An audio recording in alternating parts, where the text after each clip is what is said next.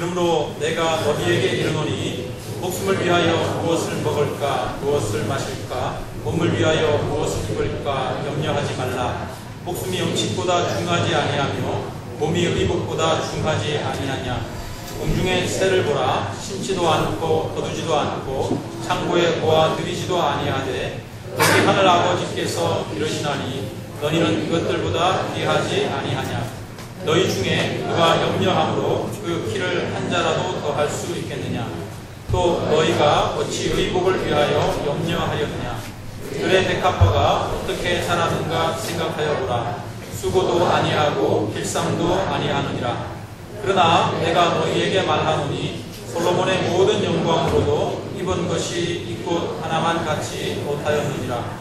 오늘 있다가 내일 아궁이에 던져지는 들풀도 하나님이 이렇게 입히시거든 하물며 너희일까 보냐. 믿음이 작은 자들아, 그러므로 염려하여 이르기를 무엇을 먹을까 무엇을 마실까 무엇을 입을까 하지 말라. 이는 다 이방인들이 구하는 것이라. 너희 하늘 아버지께서 이 모든 것이 너희에게 있어야 할 줄을 아시느니라.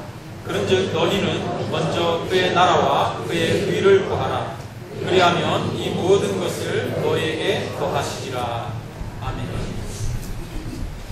네, 오늘 말씀은 우리 이동춘 교수님께서 전해주시는데요. 말씀을 나누다 보니까 충신대학교 79학번이시더라고요. 저보다는 13년 정도 먼저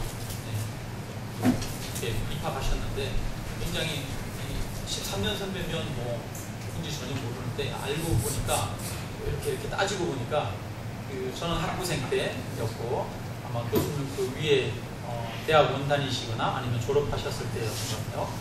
하나님 나라 운동연합이라고 한국 교회를 위해서 기도하는 그리고 한국 교회에 위한 하나님 나라 운동을 같이 하던 그룹들이 있었는데 그 그룹들의 대선배 되시더라고요. 그러니까 우리 임동춘 교수님은 총신대학원 졸업하시고 또 독일에서 하이델베르크 대학에서 조직신학을 전공하시고 지금은 국제신학대학원에서 학생들을 가르치고 계십니다. 교수님 나오실 때 주님 안에서 한 형제됨을 우리 기뻐하는 마음으로 크게 환영의 박수로 맞아주시면 감사하겠습니다.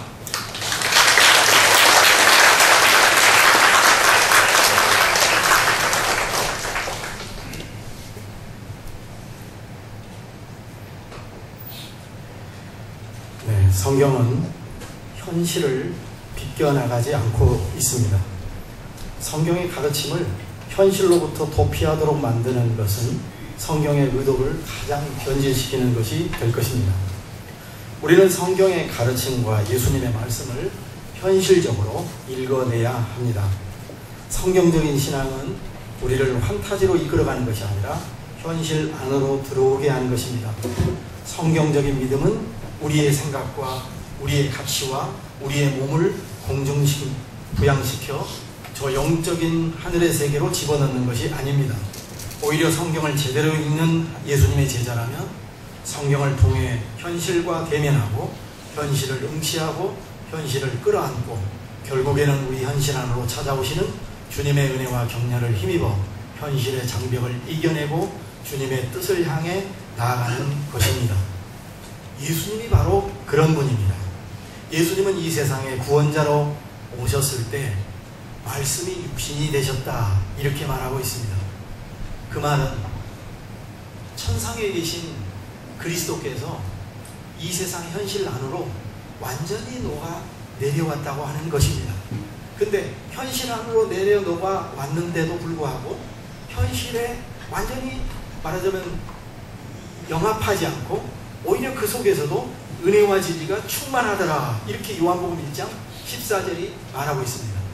여러분, 우리 신앙의 어떤 승리의 비결이 여기에 있지 않을까요? 우리의 믿음이 저 하늘 꼭대기에서 놀지 않고 저 하늘의 사닥다리만 올라갔다가 내려갔다가 하는 게 아니라 이 현실 안으로 깊숙이 들어가되 그 안에서도 정말 우리의 신앙이 보석처럼 이렇게 반짝반짝 빛나는 그런 믿음이 된다면 얼마나 귀한 믿음이 되겠습니까? 우리 구원자 되시는 예수 그리스도께서는 본래 영원 속에 머물러 계셨지만 이 세상의 구원을 위해서 영원에서 시간으로 들어오셨습니다. 말씀이 육신이 되셨을 때 우리 예수님은 세상을 구원할 수 있었습니다.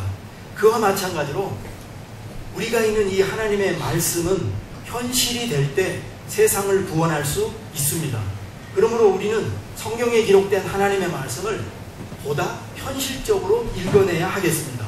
현실의 말씀, 육이 되어 우리 가운데 내려오는 그 말씀을 듣고 순종으로 나아갈 때 죄된 세상을 이기고 주님 가운데 살아갈 수 있는 줄로 믿습니다. 그러므로 현실 속에 주신 말씀을 영적인 말씀으로 너무 쉽게 바뀌어치기 하지 마시기 바랍니다. 그것만큼 위험한 것이 없습니다. 그것만큼 성경을 왜곡시키는 것이 없습니다. 가장 현실적인 것이 가장 영적이다, 이런 말씀이 있지 않습니까? 하나님 말씀에서 현실을 놓쳐버리고 현실을 비껴나가는 순간 우리는 현실을 이기는 신앙이 아니라 현실로부터 도피하는, 그리고 우리 신앙이 공중부양하는 그런 헛된 믿음으로 들어간다고 하는 것을 생각을 하셨으면 좋겠습니다. 오늘 읽은 성경 말씀은 무엇을 먹을까, 무엇을 마실까, 무엇을 입을까에 관한 말씀입니다. 여러분, 무엇을 먹지? 무엇을 입지? 무엇을 마시지? 이것만큼 현실적인 문제가 어디 있습니까? 먹고 마시고 입는 문제는 우리의 매일의 삶에서 정말 필요한 일입니다. 그러므로 예수님께서는 지금 비현실의 세계를 살아가는 청중들에게 비현실적인 말씀을 말하지 않고 리얼한 현실의 세상을 살아가는 제자들에게 가장 현실적인 말씀을 우리에게 들려주고 있습니다. 거기서 우리의 진정한 믿음이란 무엇일까 하는 것을 우리에게 가르쳐주고 계십니다. 오늘 주일을 맞이해서 예배드리는 여러분들에게 너무나 잘 알려진 이 말씀을 가지고 염려를 이기는 믿음, 이런 제목으로 말씀을 나누고자 합니다. 우리가 이 본문을 읽을 때 흔히 빠지기 쉬운 함정을 한번 생각해 보겠습니다. 대부분 많은 사람들은 이 본문을 읽을 때 우리 예수 주님께서는 우리로 하여금 지상의 것, 그 바로 무엇을 먹을까, 무엇을 입을까, 무엇을 마실까, 이것을 염려하지 말라라고 하는 이 말씀을 이 세상에 있는 모든 것을 전부 포기하고 그저 영적인 것에만 관심을 두라는 것으로 이해하는 것입니다. 여러분, 성경을 이렇게 읽는 것은 영과 육을 분리하고 성과 속을 분리해서 처리하는 이원론적인 성경 읽기입니다. 성경을 너무 세상적으로 읽어서도 안 되지만 성경을 너무 지나치게 극단적으로 영적으로 말하자면 스피리추얼하게 영해하는 그런 성경 읽기는 매우 위험합니다. 여러분, 영적으로만 성경을 읽으면 현실 속에서 들려주는 하나님 말씀을 현실과 만나지 않고 현실을 도피해버리고 현실을 뛰어넘어버리려 하고 현실과 무관한 그런 하나님 말씀이 될 수가 있습니다. 그러므로 우리는 어떤 성경 말씀을 읽든지 성경을 현실과 함께 현실 안으로 들어가서 읽어야 됩니다. 우리가 이 성경 본문 말씀을 읽을 때 두 가지 종류의 오해로를 경계해야 될 것입니다. 첫째는 예수님의 가르침을 현실로부터 도피시키는 영적으로 처리하는 방식입니다. 또 하나는 예수님의 가르침을 너무 현실과 영합시키는 그런 방법입니다. 너무 예수님의 말씀을 현실적으로 적절하게 그렇게 절충해서 해석해버리는 그런 방식입니다. 첫 부분은 뭡니까? 성경 말씀을 현실로부터 너무 동떨어진 말씀이 되게 만들고, 두 번째 말씀은 너무 성경 말씀을 현실과 그냥 너무 쉽게 적응하고 현실과 너무 타협하게 만드는 그런 두 가지 극단입니다. 우리는 성경을 영적으로 해석하려고 할 때 이런 것을 조심해야 되겠습니다. 성경 본문을 현실로부터 도피시켜버리는 치명적인 오류를 주의해야 될 필요가 있습니다. 오늘 본문 말씀을 읽어보면 오히려 이 본문은 그 반대입니다. 오늘 이 본문 말씀은 오히려 우리가 이 세상을 살아가는데 필수적으로 필요한 것들을 말하고 있다는 것을 여러분 주목하시기 바랍니다. 뭐라고 되어 있습니까? 무엇을 먹을까? 무엇을 마실까? 무엇을 입을까? 염려하지 마라 그랬는데 역설적으로 뒤집어 보면 사실 우리는 이 세상에서 무엇을 먹을까? 무엇을 입을까? 마실 것. 우리나라는 금수강산이라 가지고 마실 것이 너무 많다고 그랬죠. 근데 시간이 지나면 마실 것도 이제 귀한 세상이 이미 되고 있습니다. 우리도 어디 가면 생수를 꼭 사다 먹지 않습니까? 여러분, 먹는 것과 마시는 것, 또 입는 것, 이것은 정말 소중한 그런 문제입니다. 오늘 성경은 사람들이 염려하는 세 가지에 집중하고 있는데, 첫째는 무엇입니까? 먹는 것에 대한 염려, 둘째는 마실 것에 대한 염려, 세 번째는 입을 것에 대한 염려라고 하는 것입니다. 물론 그런데 이 세 가지는 오늘날 우리가 살아가는 이 현대적인 상황과 조금 맞지 않는 그런 부분이 있습니다. 우리 시대에 먹는다고 하는 것은 꼭 굶주림을 면하기 위해서 먹는 것입니까? 여러분 다 그렇게 식사를 하세요? 그렇지는 않죠. 맛을 위해서, 맛있게 먹으려고 식사하는 거 많죠. 그렇습니다. 입는 거 정말 이거 우리 피복을 이렇게 입지 않으면 정말 추위를 막지 못해가지고 입는 것도 있겠지만, 우리 아름다움을 위해서 입는 것이 오늘날 현대적인 그런 입는 문화의 어떤 감각이 될 수 있을 것입니다. 고대 사회와 예수님 말씀하신 그 시대와 오늘 우리들에게 먹고 마시고 입는다는 문제는 약간 상황에 그런 차이가 있어요. 그런데요, 사실은 다 사람들은 겉으로 보기에는 먹는 것과 마시는 것을 문화적으로 미각을 위해서 나의 외모의 어떤 멋을 위해서 입는다고 하지만, 사실은 사람들이 본질적인 문제로 들어가고 있으면 이 문제 앞에서는 정말 아주 다 본질적으로 똑같아요. 예를 들어서 무상급식 문제 나오면 어떻든가요? 가난한 사람보다도 오히려 부한 사람들이 더 그 문제 가지고 아주 달려들어서 이게 문제가 심각하다고 얘기하는 것 들어보셨잖아요. 겉으로 보기에는 먹고 마시는 문제가 해결된 것 같지만, 사실 우리가 살아가는 이 현실의 밑바닥 안에는 먹고 마시고 입는 문제가 얼마나 근본적이고 우리 삶에 있어서 본질적인 문제라는 것을 우리가 알 수가 있습니다. 아무리 무엇을 많이 가진 사람도 또 적게 가진 사람도 저나 여러분이나 매일의 일상에서 우리는 크고 작은 염려 가운데 살고 있습니다. 여러분, 우리가 염려하는 게 무엇이겠습니까? 첫째는 매일의 염려입니다. 주부의 염려가 있습니다. 때가 되면 우리 자녀들에게, 우리 식구들에게 무엇을 먹여야 될까 염려하지요. 학교에서 등교하는 아이들에게 안전을 염려합니다. 오고 갈 때 누구를 만날까, 사고가 일어나지 않을까 염려합니다. 또한 우리는 월말이면 찾아오는 염려가 있습니다. 이번 달 받은 월급 가지고 이것저것 떼고 나면 무엇을 가지고 생활해야 될까? 음식비에 대한 염려, 학원비에 대한 염려, 등록금에 대한 염려, 공과금에 대한 염려, 자동차 유지비에 대한 염려, 대출 이자에 대한 여러 가지 많은 염려들이 있습니다. 우리에게 필요한 많은 이 생활의 물질적인 염려 가운데 살아가고 있습니다. 저나 여러분 모두 이런 생활의 염려로 매일매일 살아가고 있습니다. 오늘 성경은 이렇게 갖가지의 생활의 염려로 살아가는 우리 주님의 자녀들에게 믿음으로 극복할 것을 강력하게 권고하고 있습니다. 그러므로 무엇을 먹을까, 무엇을 마실까, 무엇을 입을까, 이 말씀은 이런 상황에서 나온 것입니다. 오늘은 무엇을 먹지? 또 내일은 어떻게 살아가지? 아이들의 옷은 어떻게 입을까? 애들 교육비는 어떻게 충당해 나가지? 이 수입 가지고 빠듯한데 어떻게 살아가지? 이러면서 매일매일을 걱정하면서 살아가는 우리의 일상의 모습을 그대로 보여주고 있는 말씀입니다. 여러분, 결국 이 본문 말씀이 무엇이겠습니까? 오늘 우리에게 말하고 있는 것은 먹는 것과 마시는 것은 목숨을 위해서 꼭 필요한 것이고, 입는 것은 몸을 덮어주고 몸을 따뜻하게 해주기 때문에 없어서는 안 될 필수적인 것이라고 이렇게 말하고 있습니다. 결국 이 말씀의 핵심은 이것입니다. 인간이 살아가면서 공급되어야 될 생활의 필요에 대한 염려를 버리라고 이렇게 말하고 있습니다. 그런데 생활의 염려를 다 버리라, 그것은 너무 집착하지 마라 라고 하는 이 본문을 우리가 잘못 읽을 경우에 혼란에 빠질 수가 있는 말씀입니다.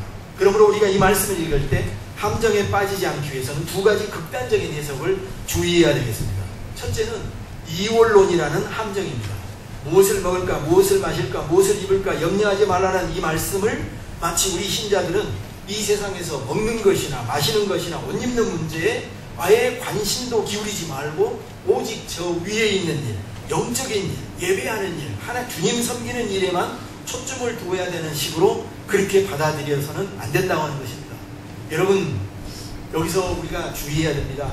여기서 여러분이 잘 이해해야 될 것은 먹고 마시는 문제에 대해서 염려하지 말라고 하는 것이지, 먹고 마시고 입는 일이 우리가 살아가는 믿는 자들의 삶과 아무 상관이 없으니까 여기에 아예 관심도 두지 말라고 하는 그런 뜻이 아니라고 하는 것입니다. 우리가 먹고 마시고 입는 일에 매몰되어 살아가는 것과 또 이것과 너무 무관하게 아무 상관없다는 듯이 그렇게 살아가는 것하고는 다른 문제일 것입니다.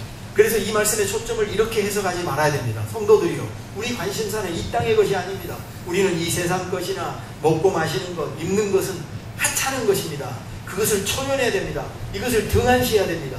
생활의 염려를 벗어나라고 하는 이 말씀은 이 세상의 생활에 얽매이지 말고 아예 벗어나와라, 거기에 초월해서 살아라, 이런 의도로 우리가 너무 쉽게 해석해서는 안 된다고 하는 것입니다.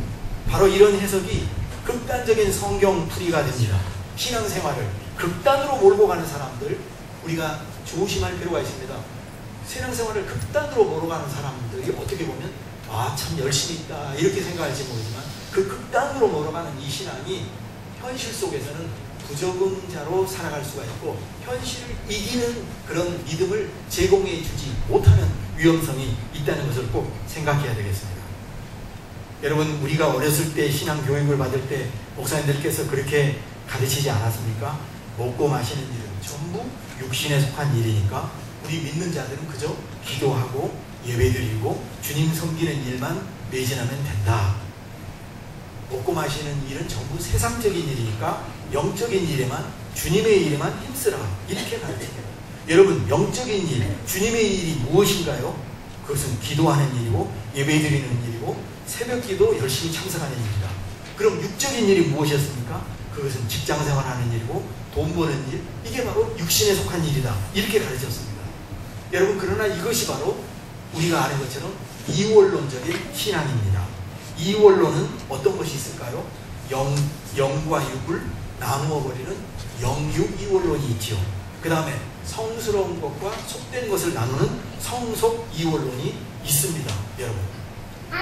여러분, 이원론은 영적인 것과 육적인 것을 나누고 거룩한 일과 세속적인 일을 나누어서 먹고 마시는 것, 직장 일에 힘쓰는 것을 속된 것이다, 죄스러운 것이라고 말하고 기도하고 말씀 보는 일만이 거룩한 일이라고 얘기하는 것입니다. 그래서 과격한 이원론자들이 이렇게 말합니다. 성경에 너의 재물을 땅에 쌓아두지 말라 하지 않았느냐? 그렇기 때문에 돈을 버는 일이나 저축하는 일이나 보험에 드는 일이나 연금을 부어서 노후를 보장하는 일은 전부 다 죄스러운 일이라고 말합니다. 과격한 이원론적인 크리스찬들은 육신의 건강은 약간의 유익이 있을 뿐이니까 몸을 돌보고 건강을 챙기는 일은 우리 믿는 자들에게 그리 좋은 게 아니다. 우리는 오직 영혼을 돌보는 일에만 전념하라고 이렇게 말합니다. 그래서 이 이원론자들은 요한일서 2장 15절 말씀에 근거해서 이렇게 말합니다. 이 세상이나 이 세상에 있는 것들을 사랑하지 말라. 누구든지 세상을 사랑하면 아버지의 사랑이 그 안에 있지 아니하니 이는 세상에 있는 모든 것이 육신의 정욕과 안목의 정욕과 이 세상의 자랑이니 다 아버지께로 온 것이 아니라 세상으로부터 온 것이라 라고 이렇게 말합니다. 그러면서 직장생활이나 돈을 벌어서 생계를 꾸리는 일이나 취미생활하는 일은 전부 하나님이 원하는 삶이 아니라고 말해버립니다. 여러분, 인자는 머리둘 곳이 없다고 하신 예수님의 말씀을 인용하면서 우리도 예수님처럼 요한복음 14장에서 말씀하시는 것처럼 너희는 마음에 근심도 하지 말고 하나님을 믿으니 또 만을 믿으라. 내 아버지 집에 거할 곳이 많도다. 그러니까 이 땅에서 집을 마련하는 일이라든가 뭐 이런 거에 대해서 관심은 갖거나 너무 집중하지 말라, 이렇게 해석하는 사람들이 있습니다. 여러분, 그러나 이것은 그리 건강한 신앙의 관점이 아닙니다. 물론 우리 믿는 사람들이 이 세상에 너무 지나치게 몰두되어 있고 이 세상 욕심과 이 세상의 염려에 너무 지나치게 빠져 있다면 그것은 절대로 또한 건강한 신앙은 아닐 것입니다. 우리가 어느 정도 이 세상 삶으로부터 우리 자신을 좀 더 거리를 유지하고 너무 세상 것을 절대시하지 않는 것이 필요합니다. 우리가 어떻게 보면 좀 더 건전한 생각으로 어느 정도 금욕적인 태도를 가지고 이 세상의 삶에 대해서 상대화시킬 수 있는 그런 태도를 가지고 살아가는 것이 필요합니다. 그러나 금욕적인 태도를 가지고 사는 것은 괜찮지만 금욕주의는 경계해야 될 것입니다. 금욕주의는 뭡니까? 결혼하는 것도 다 죄다. 성생활하는 것도 전부 다 주님 원하는 게 아니다. 잠을 많이 자는 수면력, 먹는 것에 집착하는 식욕, 이런 것을 정죄해버립니다. 금욕주의자라든가 이원론적인 생각을 하는 사람들을 말대로 한다면 우리는 전부 여기 지금 이렇게 앉아있을 것이 아니라 전부 기도원으로 들어가야 됩니다. 전부 결혼을 중단하고 이 세상의 평범한 삶을 포기하고 어디로 들어가야 될까요? 수도원으로 들어가야 됩니다. 물론 수도원은 머리 깎고 들어가는 건 아니지만 어쨌든 수도원에 들어가야 됩니다.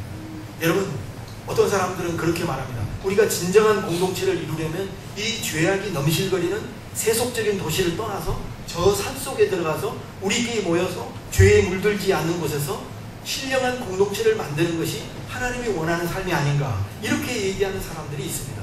그러나 성경은 분명히 말하기를 우리에게 죄에 물들어 살지 말 것을 경고하고 있지만, 그렇다고 해서 이 세상을 떠나서 이 세상과 담을 쌓고 저 산속으로 들어가 살라고 말한 적은 없습니다.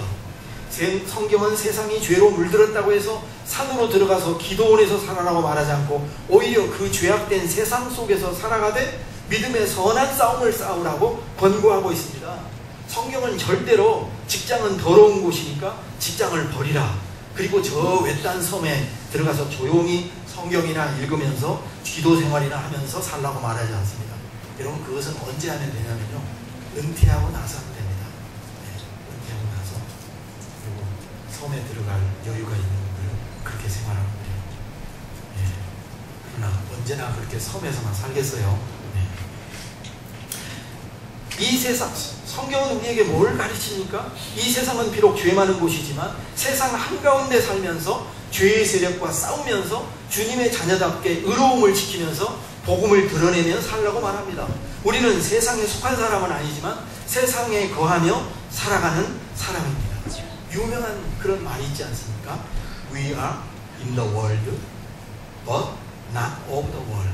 이렇게, 이런 유명한 말이 이렇게 내려오지 않습니까? 우리는 세상 속에 있습니다. 그러나 but not of the world. 그러나 세상에 속해 있지는 않습니다. 몸은 세상에 있지만 우리의 생각과 우리의 가치관과 우리의 삶의 방향은 세상에 뿌리를 내리고 있지 않다는 말입니다.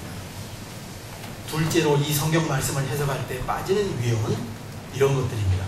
이 말씀은 우리가 이 현실의 삶 속에서 도저히 지키기 불가능한 말씀으로 취급해버리는 그런 태도입니다. 여러분, 많은 사람들이 그렇습니다. 성경 말씀을 읽습니다.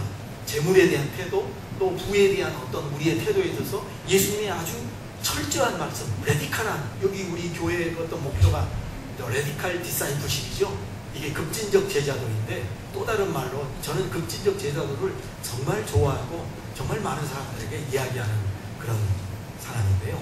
이것을 급진적 제자도라는 말도 있지만 이 레디칼이라는 말을 철저한 제자도, 이렇게 또 근원적 제자도, 이렇게도 이렇게 부르는데요. 정말 이렇게 우리 기독교인들이 철저한 급진적인 제자도를 추구해야 되는데, 어떤 많은 사람들은 이 본문 말씀은 현실에서 우리가 감당하기가 너무나도 불가능한 이상을 지금 말하고 있다, 이렇게 해석해 버립니다. 많은 사람들은 어떻게 이 본문을 해석하냐, 이런 본문은 참 읽으면 은혜가 되고 참 좋긴 하는데, 그런데 이것은 현실적으로 우리가 세상에서 적용하면서 살아가기란 아예 불가능한 것이다, 이렇게 생각한다는 것입니다. 무엇을 먹을까, 무엇을 마실까, 무엇을 입을까 염려하지 말라고요? 들의 백합화를 보라고요? 공중의 새를 보라고요? 하나님이 다 입히시고 먹이시니 걱정하지 말라고요? 이게 말이 안 되지 않습니까? 이렇게 아예 이 본문을 거부하는 많은 크리스찬들이 있습니다. 여러분, 이 본문이 이런 식의 논리라면 어떤 생각이 듭니까? 좀 황당한 생각이 들지 않습니까? 이것은 마치, 그래서 사람들은 어떻게 이렇게 말합니다. 우리 같은 평신도들이 지키기에는 이것은 너무 불가능한 가르침이 아닌가 하는 것입니다. 그래서 이 본문을 이제 둘로 나눕니다. 이 본문을 지킬 수 있는 사람이 누구냐? 수도원에 있는 사람, 특별한 부르심을 가지고 살아가는 사람들, 성직자라든가, 그리고 수도원에 있는 사람들, 그리고 금욕적인 삶으로 살겠다고 일생을 헌신한 그런 사람들에게 해당하는 본문이고, 평범한 세상에서 살아가는 사람들에게는 적용할 수가 없는 불가능한 그런 이상적인 말씀이다, 이렇게 말해버린다는 것입니다. 여러분, 성경을 피해가는 그런 우회로를 만드는 일은 오늘날에도 있지만 저 옛날 예수님 오시기 그 당시에도 있었어요. 예수님께서 하나님 말씀을 가르칠 때 그 당시에 그 헬라 세계에 널리 유포되었던 그런 사상이 있는데, 그게 뭐냐면 수토와 철학이라고 하는 것입니다. 어떤 성경 해석가는 이 본문은 바로 예수님 오시기 한 300년 전에 그리스 철학에 널리 퍼져 있던 스토아적인 사상이 이 성경 본문에 이렇게 투영되어 있는 말씀이다, 이렇게 해석하는 사람이 있습니다. 뭐라고 하냐면은 그 스토아파 사람들은 말하기를, 이 세상에서 행복한 삶을 살려면 여러분의 의지대로 살려고 덤벼들지 말고 그저 여러분에게 주어진 현실에 당신이 맞추어서 사십시오, 이렇게 가르쳤어요. 어떤 일이든지 일어날 수밖에 없고 일어나도록 운명 지어져 있기 때문에 당신이 발버둥친다고 해서 당신에게 주어진 운명을 바꿀 수가 없다고 스토아파 사람들은 가르쳤습니다. 그렇기 때문에 인생을 살면서 당신에게 주연이 아니라 조연이 주어졌다고 해서 불평하지 말고 연출자가 맡겨진 배역에 충실하며 순응하며 살라고 가르친 철학이 바로 스토아 철학입니다. 그러면서 그들은 말하기를, 우리가 우리 몸이나 우리 재산을 마음대로 할 수 없다. 그러면서 팔을 올리거나 팔을 내리거나 하는 일도 내 의지대로 할 수 없고 그저 우주의 질서에 따라 순응하며 살아가면 된다, 이렇게 말했습니다. 그러면서 그들은 말하기를, 주어진 환경을 불평하지 말고 그냥 그것을 순응하면서 그 우주적 질서에 나를 내어 맡기면서 그렇게 살라고 했다고 하는 것입니다. 그러한 스토아 철학과 같은 그런 가르침이 예수님의 가르침 속으로 이렇게 들어왔다고 그렇게 말하고 있습니다. 여러분 과연 그럴까요? 기독교 신앙은 그저 우리에게 주어진 어떤 운명을 그냥 순응하면서 이것이 내 운명이겠거니 하면서 살아가라고 하는 것, 이것이 바로 좋은 믿음을 말하고 있을까요? 절대 그렇지 않습니다. 우리에게 주어진 현실의 삶의 조건을 하나님이 나에게 주신 어떤 하나님의 뜻이 담겨 있다라고 받아들이는 것도 신앙이지만, 이것을 믿음으로 극복해야 되겠다는 적극적인 그런 삶의 태도도 또한 믿는 자의 삶의 태도인 것을 여러분 꼭 생각하시길 바랍니다. 성경의 하나님은 우리에게 말하기를, 나에게 주어진 현실을 그저 앉아서 기다리고 그냥 순응하면서 받아들이라, 이렇게 말하지 않습니다. 우리의 삶의 현실을 그저 하나님이 나에게 주신 것이니까 순응하며 살아가는 것만이 신앙의 태도가 아닙니다. 하나님을 향한 믿음은 어떤 때는 잠잠히 기다릴 줄도 알아야 되고, 주어진 현실을 하나님이 주신 것으로 받아들이고 순종하는 것도 믿음이지만, 어떤 때는 그 환경을 박차고 일어나서 그 환경을 거슬러 나가는 것도 믿음인 것입니다. 믿음은 하나님의 뜻을, 현실을 받아들이는 것도 믿음이지만 그 주어진 현실을 믿음으로 극복하는 것도 믿음인 것입니다. 너무 주어진 현실을 쉽게 받아들이는 것은 잘못하면 마치 사주팔자라든가 이 기독교 믿음을 운명론으로 연결하면서 그거를 그냥 소명으로 받아들이면서 살아가는 너무나도 수동적인, 너무나도 소극적인 그런 크리스찬을 만들어낼 수가 있습니다. 어떤 경우에는 그것이 하나님 뜻도 되지만, 어떤 경우에는 나에게 준 삶의 조건을 극복하고 당당하게 싸워 이기라고 하는 그런 의미도 있는 것입니다. 여러분, 오늘 이 말씀의 뜻은 그러면 무엇일까요?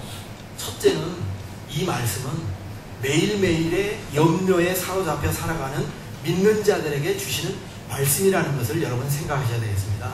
여러분, 오늘 말씀을 보십시오. 오늘 본문을 읽으면서 자주 반복적으로 등장하는 단어나 구절이 무엇입니까? 그것은 바로 염려라는 단어이죠. 또 염려하지 마라, Don't worry, 이럽니다. 염려하지 마라. 한 번만 해도 알아듣는데 여러 번 반복하고 있잖아요. 그런데 왜 자주 몇 번씩이나 반복하면서 염려하지 마라, 염려하지 마라 이렇게 말하죠?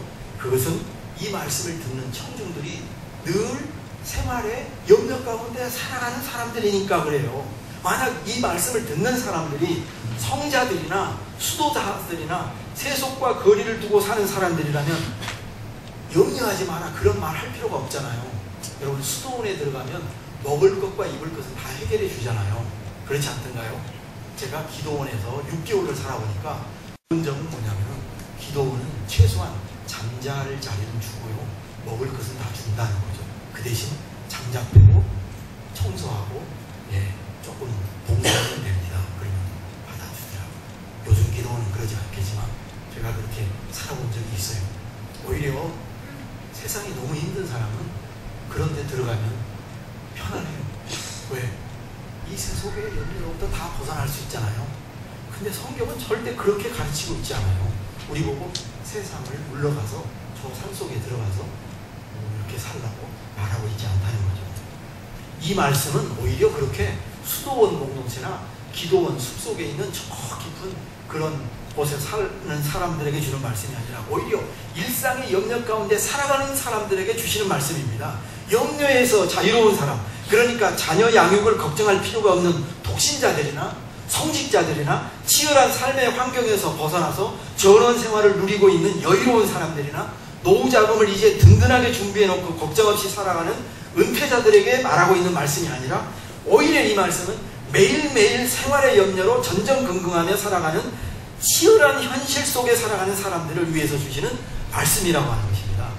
여러분, 그래서 이 31절 말씀을 보면 우리가 그것을 알 수 있습니다. 31절을 한번 보시면 뭐라고 되어 있죠?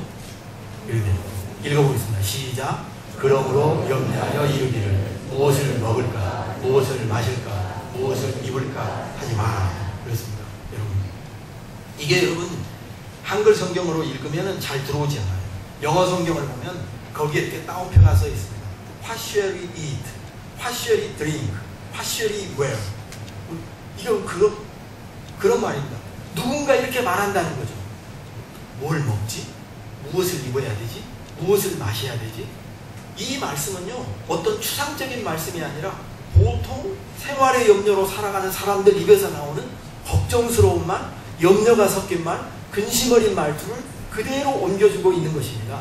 이 말씀은 염려에서 해방된 사람의 이 말이 아니라 염려라는 무거운 짐에 눌려 지내는 사람들에게 주시는 위로의 말씀이라고 하는 것입니다. 이 말씀은 금욕적으로 살아가는 사람이나 밥벌이나 직장생활에 신경 쓰지 않고 그저 매일매일 종교생활만 해도 살아갈 수 있는 성자들이나 수도자들이나 종교 전문가들에게 주시는 말씀이 아니라 여러분처럼 오늘도 직장에 출근해서 아이를 양육하고 매일매일의 생활의 염려로 전전긍긍 살아가는 사람들에게 주시는 말씀이라고 하는 것입니다. 이 말씀은 일상의 현실로부터 벗어난 특별한 소명을 가지고 살아가는 그런 특수한 종교적인 계층을 향해서 주시는 말씀이 아니라 여러분처럼 일상의 염려 가운데 전전긍긍하면서 어떻게 하면 먹을까, 마실까, 입을까 염려 가운데 살아가는 사람에게 주시는 말씀이라고 하는 것입니다. 그러므로 여러분, 이 말씀은 무엇을 먹을까, 무엇을 마실까, 무엇을 입을까 염려하지 말라고 하는 이 말씀은 그저 우리에게 주어진 삶의 조건을 자연주의적인 삶의 태도를 가지고 아무 노력도 하지 말고 그냥 되는 대로 아무렇게 살아가도 된다, 그런 뜻으로 주어진 말씀이 아니라고 하는 것입니다. 여러분, 이 말씀을 우리가 절대로 오해해서는 안 되겠습니다. 주님께서 이 말씀을 통해서 우리에게 그저 될 대로 그냥 자연주의적인 삶의 방식을 권장하고 있는 말씀이 아니라고 하는 것입니다. 우리가 믿음으로 산다는 것은 그저 될 대로 되겠지, 뭐가 나오겠지, 그런 여행수에 기대는 그런 삶의 방식을 권유하고 있지 않다고 하는 것입니다. 여러분, 그래서 어떤 분들이 이 말씀을 읽으면서 그래, 이제부터 내일에 먹을 양식을 준비하는 것 자체가 믿음이 부족한 것이다, 이렇게 생각할 수도 있는데 그것은 아니라는 거죠. 그래서 우리는 그저 그날그날 하나님이 채워주시는 방식으로 살라고 말하는 사람들이 있습니다. 그래서 저축하는 것도 믿음이 없는 행동이라고 말합니다. 물론 하나님을 의지하기보다 저축한 물질을 의지하는 것은 불신앙으로 빠질 수가 있습니다. 그러나 우리 신자들도 내일을 위해서 오늘을 대비하는 것은 결코 잘못이 아닙니다. 왜냐하면 성경에는 우리가 내일을 위해서 오늘을 저축하면서 사는 삶의 모습을 말하고 있거든요. 조금 이따 소개를 해 주시겠지만, 우리는 이 본문 말씀을 평소에는 생활을 엉망으로 하면서 자신의 미래를 위해서 아무 준비도 하지 않으면서 하나님이 어떻게 해주시겠지, 하나님이 주실 것을 기다리기나 하는 그런 말씀으로 악용해서 받아들여서는 안 될 것입니다. 오늘 성경은 우리에게 하시는 말씀은 이것입니다. 염려라는 불신앙에서 벗어나라고 하는 것이지, 아예 생활의 염려의 환경에서 그런 곳에서 아예 탈출하라는 그런 말씀이 아니라는 것입니다. 우리가 염려하는 것과 그 생활을 감당하기 위해서 열심히 성실하게 일하고 노력하고 계획을 세우는 일은 다른 차원의 문제입니다. 주님의 도우심과 보호하심을 믿고 염려하지 않고 살라고 하는 것을 마치 우리가 매일의 생활 문제에 신경도 쓰지 않고 막무가내식으로 살라는 그런 뜻이 아닙니다. 우리 믿는 사람들도 한편으로는 주님을 의지하고 살아가지만 다른 한편으로는 우리 생활을 어떻게 하면 규모 있게 짜임새 있게 잘 꾸리며 살아가야 될지 계획을 세우고 잘 궁리하면서 살아가는 것은 잘못된 믿음이 아닙니다. 만약 이 말씀을 자연주의적인 생활 태도로 살라고 했다면 다른 성경 본문과 일치가 돼야 되는데 다른 본문에는 그렇게 말하고 있지 않아요. 예를 들어서 우리 예수님께서 주의 기도에서 뭐라고 하냐면 우리의 일용할 양식을 주옵시고 이렇게 기도하고 있어요. 여러분 하나님 다 채워주는데 왜 우리의 일용할 양식을 주옵시고 라면서 매일의 양식을 위해서 우리가 기도해야 되나요? 그 말은 우리의 삶의 모든 것을 주님께 의탁하라고 이렇게 의지하면서 살라고 하는 것입니다. 매일매일 먹을 양식을 위해서 우리가 기도하는 일은 믿음이 없어서 염려 가운데서 살아가는 모습과는 다른 것입니다. 주기도의 분위기로 돌아간다면 이런 것입니다. 주님, 내일 먹을 양식이 우리에게 없어요. 우리 자녀들에게 입어야 할 옷이 필요합니다. 우리 자녀들과 우리 가족이 살아가야 될 좋은 집과 좋은 환경이 필요합니다. 주님 청구합니다. 이것은 당연히 기도해야 될 것입니다. 왜냐하면 우리 아버지는 그의 자녀의 필요를 아시고 계시기 때문에 그것을 구하라고 하셨기 때문입니다. 우리가 생활의 염려에 빠져서 불신앙을 가지고 전전긍긍하면서 사는 것과 우리의 필요를 위해서 하나님께 하나하나 구하면서 살아가는 것은 다른 문제라고 하는 거죠. 성경의 다른 말씀에는요, 우리 하나님의 자녀들도 열심히 미래를 위해서 저축을 하고 노력하며 살라고 말하고 있습니다. 삶의 지혜를 가르치는 저만에는 말하기를 게으른 자여 개미에게 가서 그가 하는 것을 보고 지혜를 얻으라 이렇게 말합니다. 개미는 어떤 곤충이에요? 개미는 다가올 겨울을 대비해서 여름의 양식을 모으느라 열심히 일하기 때문에 그렇습니다. 그러니까 집에 쌀독에 쌀이 떨어져 있는데 하나님 주시겠지 하면서 하늘만 쳐다보고 있는 그런 소위 믿음이 많다고 생각하는 사람은 그건 믿는 자의 행동이 아닙니다. 요셉은 하나님께 은혜를 정말 받은 충실한 신앙인이었습니다. 그는 총리에 등극하자마자 7년 가뭄을 대비해서 곡식을 저장하여 정사를 돌보았습니다. 그것으로 그 애굽에 있는 모든 사람들을 도왔고 또 자기를 찾아오는 식구들을 도울 수가 있었습니다. 여러분, 요셉은 믿음이 있었지만 내일의 궁핍의 삶을 위해서 오늘을 저축하고 오늘을 이렇게 준비했던 그런 사람입니다. 책임 있는 부모는 자녀들을 위해서 저축을 한다고 말하고 있습니다. 고린도후서 12장 14절에 바울은 부모들이 취하는 일반적인 법칙을, 일반적인 삶의 라이프 스타일을 설명하고 있어요. 정말 책임 있는 부모는 자기 자녀들을 위해서, 내일을 위해서 뭔가 저축을 한다는 거죠. 그거 자체가 잘못된 게 아니라는 겁니다.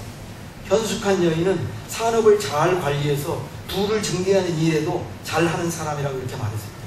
우리 신앙인들이 잘못하면 신앙을 빙자하여 요행수를 바라는 잘못된 인간이 되기 쉽습니다. 여러분, 기적을 너무 바라지 마시기 바랍니다. 기적은 하나님께서 예외적인 경우에 일으키시는 일입니다. 하나님은 보통의 경우에는 자연법칙을 사용하십니다. 자연법칙이 뭐겠습니까? 열심히 노력하면 좋은 결과를 주시는 것. 이게 자연법칙이죠. 여러분, 우리가 늘 일상의 기적이라고 막 해가지고 지금 창문 열고 여기서 뛰어내리면 어떻게 될까요? 또 죽죠. 천사가 와서 받쳐줍니다. 그것은 간혹 몇 억분의 1의 경우에만 있을까 말까 합니다.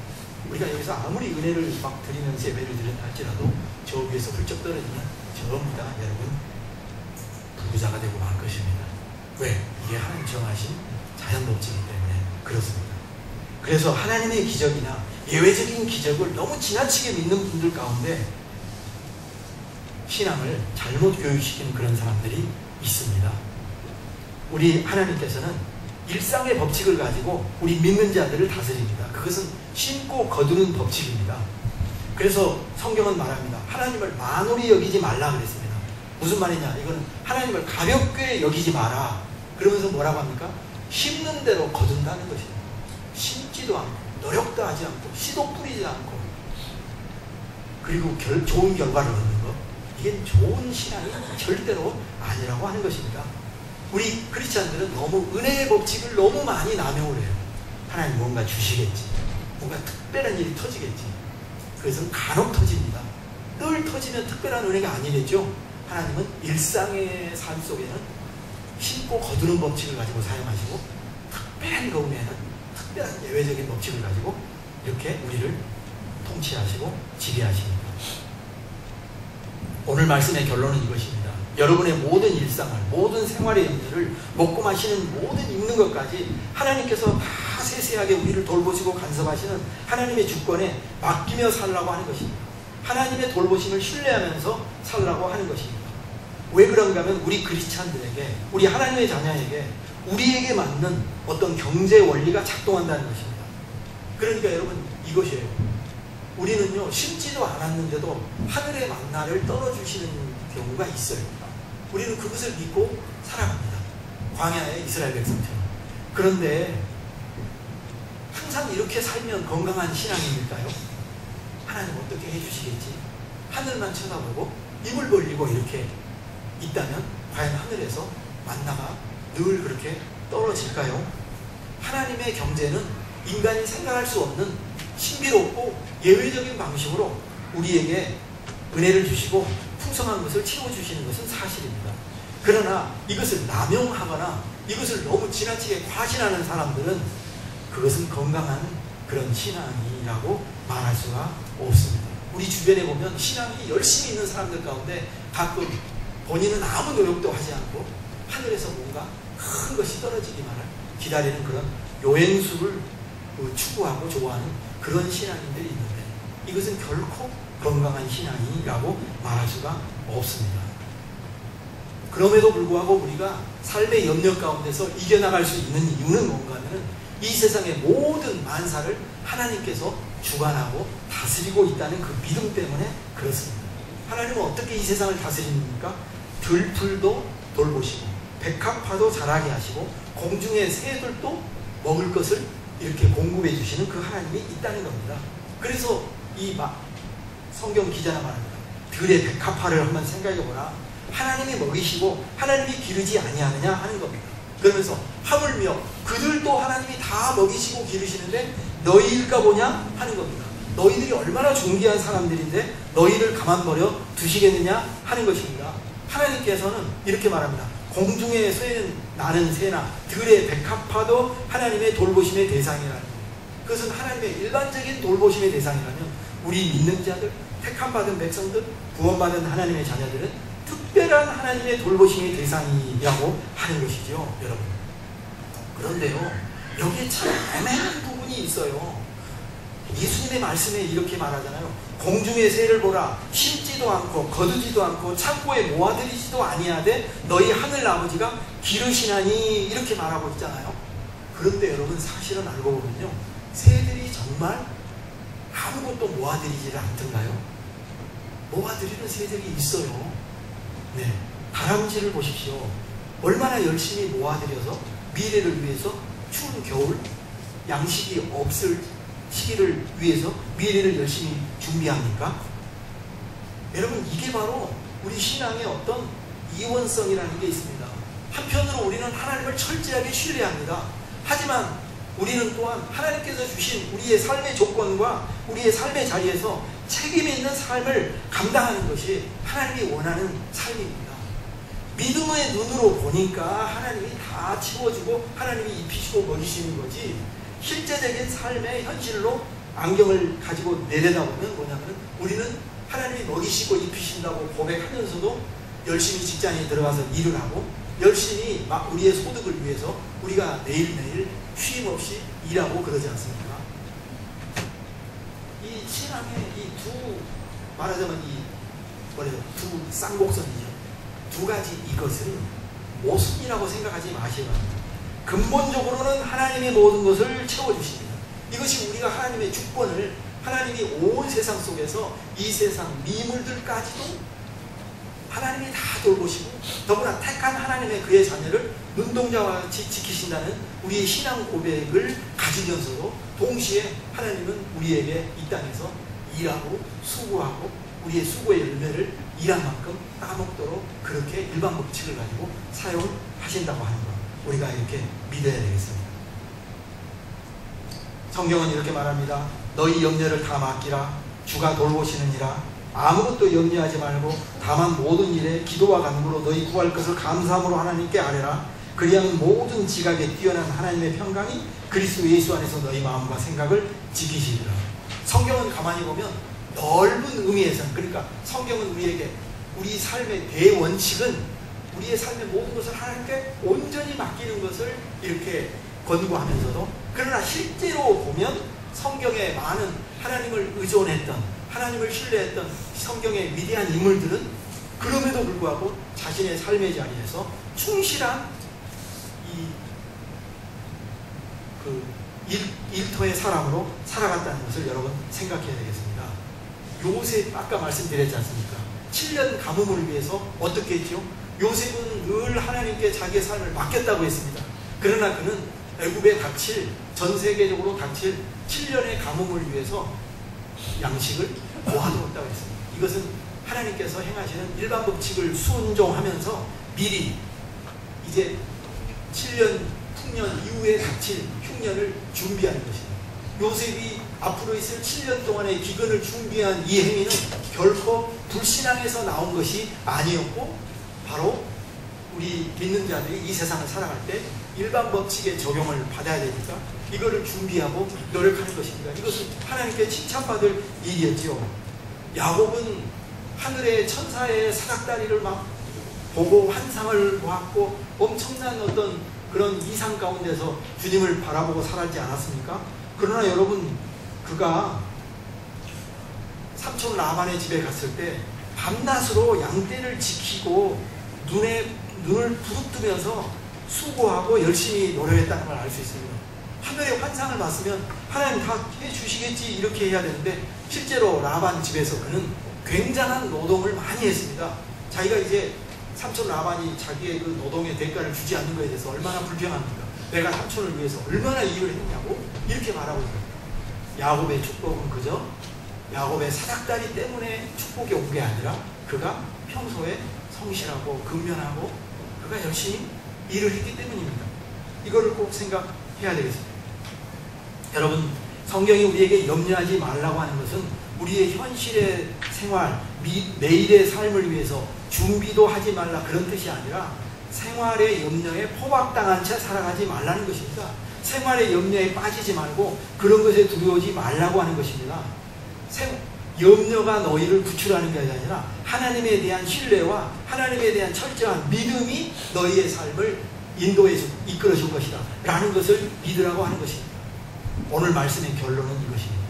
우리 주님께서는 우리 믿는 자들의 이 삶의 목표와 방향을 어디에 있냐면 먹고 마시고 입는 데 맞추지 말고 보다 더 고상한 목표, 주님이 원하는 보다 더 탁월한 그런 수준에다가 높이라고 이렇게 말하고 있습니다.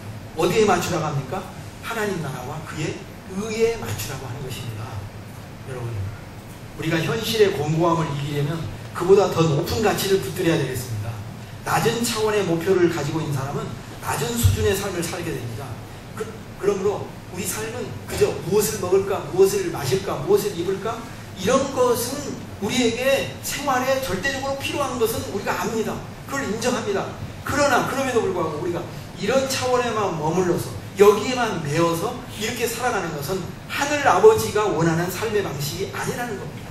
그것은 어떤 종류의 사람들의 삶이라고요? 이방인들의 수준에 걸맞는 그런 삶이라는 겁니다. 너희가 아버지께 부름받았다면, 정말 너희가 믿음이 있는 사람이라면 보다 더 탁월한 삶에, 보다 더 수준 높은 삶에 초점을 두고 살아가려고 하는 것입니다.